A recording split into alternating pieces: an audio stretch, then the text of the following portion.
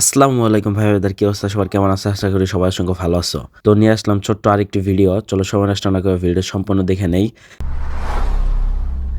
তো আজকে টাঙ্গাইলে গুরু জেমস আসার কথা, আর ওই যে লাইটের আলো টালো দেখা যাইতেছে। তো চলো যাই, মজাই হবে। আর ভাই রাস্তাঘাটে এখনই যে মানুষ, সবাই মনে হয় 7:30 মতো বাজে। তো দেখো এই টাইমে রাস্তাঘাট পুরা বুঝাই মানুষ দিয়ে ভর্তি।